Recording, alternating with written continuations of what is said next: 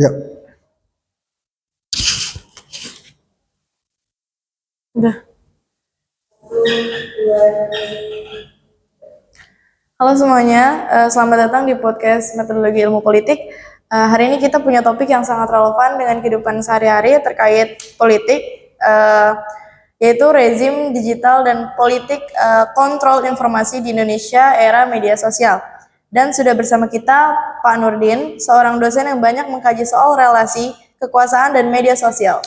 Selamat pagi Pak Nurdin, selamat datang di podcast kami. Nah, benar banget, topik kita hari ini sangat menarik nih, karena sekarang ini banyak banget yang menganggap media sosial adalah ruang paling bebas, padahal justru itu di situ permainan besar terjadi. Jadi kita langsung aja ke pembahasan. Boleh, Pak Nurdin? Oke, baik.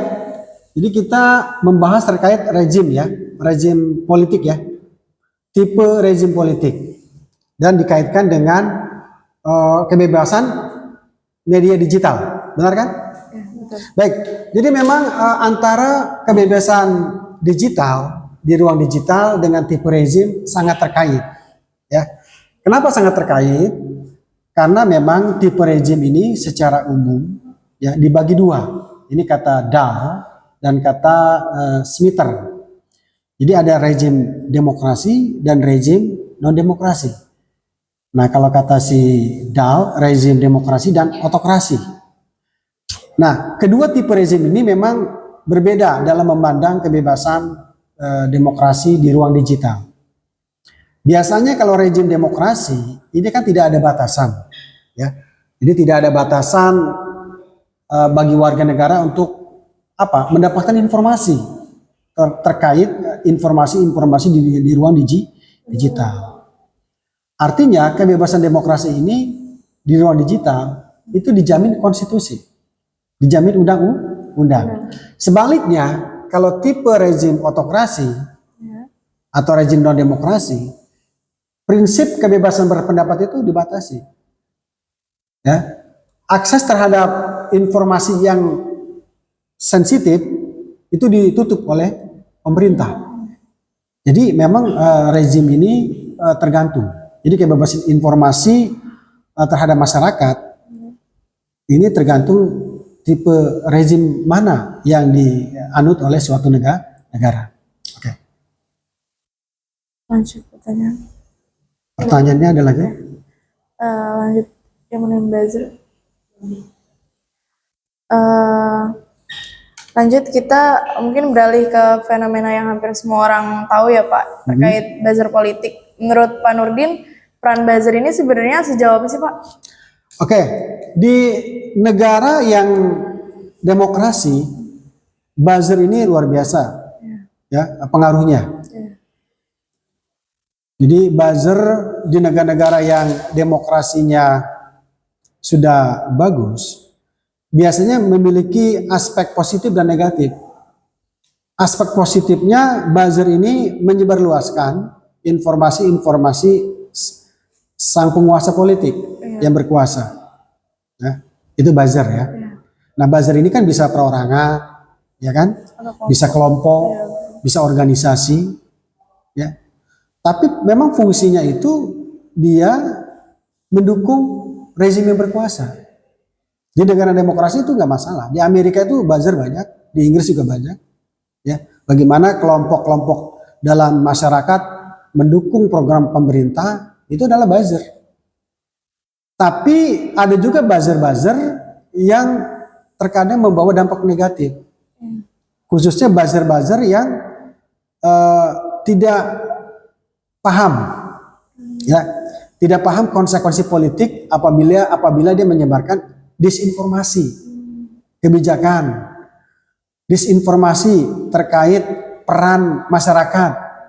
Nah, ini terkadang buzzer pun membawa dampak negatif. Tapi secara umum buzzer ini dimanfaatkan ya oleh negara. Ya, buzzer bisa di negara demokrasi dan bisa negara non demokrasi. Di negara demokrasi dia membawa dampak positif, tapi di negara yang non demokrasi justru dia membawa dampak yang luar biasa. Ya, apa luar biasanya? Ya tadi kebebasan itu kebenaran informasi itu hanya milik buzzer. Ya, contohnya misalnya gini, bagaimana buzzer di negara-negara yang otokratis itu telah membungkam ya kebebasan berpendapat, telah membungkam kebenaran real bagi masyarakat. Oke itu ya. Berarti kalau di media sosial buzzer ini sangat mempengaruhi juga dalam percitraan di politik itu, Pak? Iya, pasti aja. Contohnya gini, ketika di era Pak Jokowi, itu kan buzzer ini memang mereka masuk dalam kelompok-kelompok ya, kelompok-kelompok pendukung Pak Presiden atau mantan Presiden Jokowi. Nah dari sini pun kita lihat bagaimana buzzer-buzzer ini kan berafiliasi dengan kelompok-kelompok pendukung setia Pak Jokowi ketika itu. Khususnya buzzer ini dimanfaatkan ya oleh rezim politik ya ketika terjadi atau ketika penyelenggaraan pemilu. Ya, pemilihan presiden. Kita lihat bagaimana ketika Pak Jokowi kontestasi politik di tahun 2019 melawan Pak Prabowo. Itu kan buzzer itu sempat terbelah dua kan? Ada yang mendukung Pak Jokowi, ada yang mendukung Pak Prabowo kan? Yang mendukung Pak Jokowi pasti jelek-jelekin Pak Prabowo. Yang mendukung Pak Prabowo pasti jelek-jelekin Pak Jokowi. Nah ini kan buzzer ini memang dimanfaatkan secara politik ya untuk menjatuhkan sama lain dan untuk meningkatkan popularitas yang memang tujuannya untuk mendapatkan suara kemenangan dalam pemilihan presiden. Oke itu ya. Lanjut mungkin kira. Ada lagi pertanyaannya? Berarti kalau soal disinformasi, hoax sama UU ITE ini hubungan ketiga ini berarti termasuk rezim digital kan? Ya. Jadi kalau kita bilang rezim digital, itu ada indikatornya. Misalnya gini, Pak Jokowi jelas, ya Pak Jokowi itu benar-benar memanfaatkan buzzer, ya untuk menyebarluaskan prestasi positif Pak Jokowi.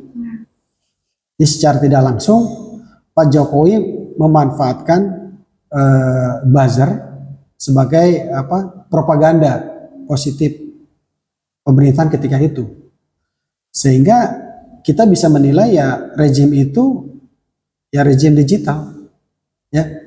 Tapi siapa sih sekarang yang tidak di negara mana sih sekarang yang tidak memanfaatkan digital? Hampir semua negara memanfaatkan teknologi digital ya. Bahkan sudah menggunakan AI ya untuk propaganda politik mereka. Tapi benar nggak sih Pak yang beredar di media sosial kalau secara keseluruhan emang buzzer tuh lebih banyak ke mahasiswa karena mahasiswa kan butuh untuk kebutuhan sehari-hari dan lain-lain, makanya mereka menerima job buzzer itu. Buzzer kan tidak hanya mahasiswa, ya buzzer pun banyak, artis pun banyak buzzer. Tapi yang jelas buzzer itu memang tujuannya satu, dibayar. Siapa yang paling banyak memberikan mereka keuntungan ekonomi, itulah yang mereka bela. Ya, oke, waktunya masih ada. Kalau misalkan buzzer terus berjalan, Pak, kan berarti kebusukan dari pemerintah ditutup-tutupi gitu ya. Itu ada dampaknya nggak sih dalam demokrasi? Ya dampaknya pasti ada. Ya, apa dampaknya? Informasi-informasi yang diberikan oleh buzzer yang tidak benar itu pasti berdampak. Pertama, dampaknya itu ya bukan ketika si penguasa itu berkuasa. Jadi dampaknya ketika dia turun dari tampuk kekuasaan. Kan mulai terkuak nanti setelah rezim berganti, kan pasti orang akan mengevaluasi ini benar nggak prestasi Presiden A demikian. Oh ternyata tidak benar dengan kenyataan. Nah itu kan buzzer yang disalahin kan. Nah, kok mau sih menyebarkan informasi yang positif tapi sebetulnya manipulatif gitu kan. Iya, benar. Nah itu, jadi memang dampaknya luar biasa. Tapi memang di Indonesia kebanyakan ya. Jadi setelah tidak berkuasa ya otomatis buzzernya bubar. Jadi mencari patron yang lain. Contohnya gini, ketika Pak Jokowi tidak berkuasa, Projo kan goyah tuh. Itu kan buzzer ke Projo ya. Iya. Dia kan mulai mencari patron baru, Oh, iya, Pak Prabowo kan. Tapi kan susah kan untuk bergabung masuk ke dalam patronnya Pak Prabowo kan. Itu maksudnya ya. Tapi rata-rata buzzer gitu. Jadi siapapun yang dapat membayar mereka secara ekonomi, menguntungkan posisi mereka secara politik dan ekonomi, ya itulah yang didukung. Oke, terakhir apa pesan atau refleksi dari Pak Nurdin sendiri terkait rezim digital saat ini? Menurut Bapak rezim digital saat ini, rezimnya Pak Prabowo sudah lumayan baik ya. Artinya apa? Tidak, buzzer itu tidak membabi buta ya propaganda, tapi cross check. Jadi dicek dan dicek lagi. Benar nggak nih informasinya seperti ini? Ya, kalau memang benar, oke. Tapi kalau memang tidak benar ya dikoreksi. Ya, contohnya sekarang nih, ketika terjadi bencana di Sumatera itu kan buzzer-buzzer pun mulai mengkoreksi ya informasi-informasi yang tidak benar. Nah itulah seharusnya baca seperti itu. Sebelum menyebarkan berita positif terhadap pemerintah, harus di cross check dulu, benar tidak? Kenapa? Karena ini adalah salah satu prinsip apa? Prinsip ini ya, akses informasi. Ya. Artinya apa? Rezim Pak Prabowo tidak membatasi akses informasi. Justru memanfaatkan informasi untuk menguatkan citra positif Pak Prabowo di depan masyarakat. Oke? Menurut Bapak sekian ya? Ya, itu aja Pak dari kami. Makasih untuk kesempatannya dan semoga yang mendengarkan dapat mendapatkan wawasannya tentang rezim digital ini. Dan ada yang ingin tambahkan mungkin? Mungkin segitu aja. Tetap kritis, tetap waspada, dan tetap berpikir jernih di tengah derasnya arus informasi. Oke, sekian dari kami. Wassalamualaikum Warahmatullahi wabarakatuh. Oke, terima kasih.